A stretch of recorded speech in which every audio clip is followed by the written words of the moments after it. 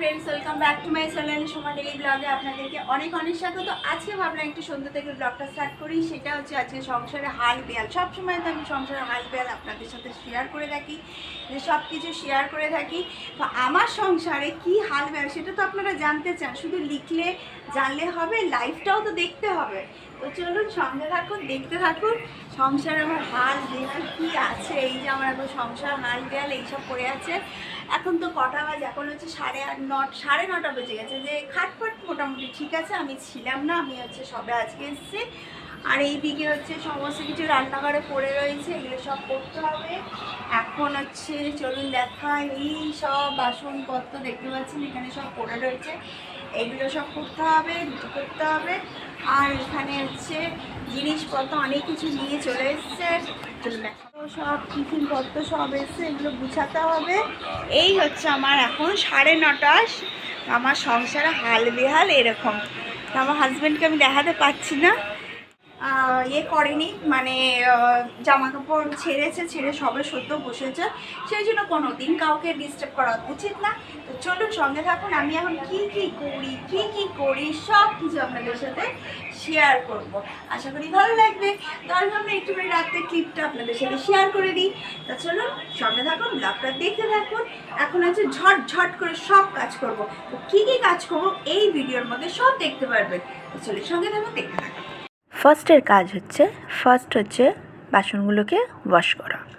এই যে সুন্দর সুন্দর নখ নিয়ে বাসনগুলোকে ওয়াশ করতে হবে।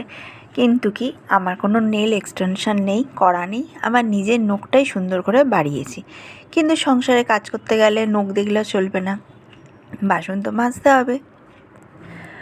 নখটা ভেঙে গেল আবার তৈরি করা যাবে, মানে নিজে থেকে বাড়ানো যাবে, কিন্তু বাসনের কাজগুলো তো পড়ে থাকলে হবে না, সেটা তো করতে হবে। একটা গান করা কি আছে জানেন তো, এই সময় একটা গান মনে হচ্ছে। কী মনে হচ্ছে বলুন তো? আহা কি সুন্দর শ্বশুরবাড়ির বাসন মাজা, এটাই হচ্ছে মনে হচ্ছে। শ্বশুরবাড়িতে তো সবসময় কাজ করতেই হবে, সেটা যেই সংসারেই হোক না কেন, সে আমার সংসার হোক আপনার সংসার হোক। বসে বসে খেলে তো হবে না, বড়মশাইও কিন্তু বসি খাওয়াবে না।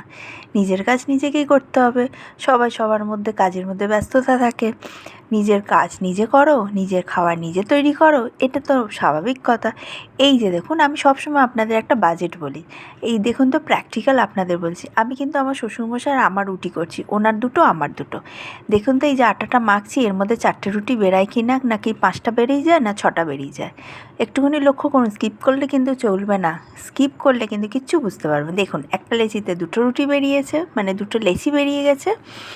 আর একটা জিনিসে বেরিয়ে গেল 2টো লেচি, তাহলে হয়ে গেল না 4টে লেচি। তাহলে কি হলো, আমি কি নষ্ট করলাম? আমি কিন্তু নষ্ট করলাম না। একটা কি, সংসার করতে করতে একটা মানুষের আন্দাজ হয়ে যায়। আমি যদি এখন 6টা রুটি করি, তাহলে 2টো এক্সট্রা হয়ে গেল, সেই 2টো রুটি বাসি হয়ে যাবে, কালকে খেতে হবে। এই যে রুটিটা ফোলানো, বাবা রে বাবা, প্রথম যখন আমার বিয়ে এসেছিলো তখন আমি রুটি কী জিনিস বানাতে আমি জানতামই না, কতবার যে ছ্যাঁকা খেয়েছি তা নিজেও জানি না।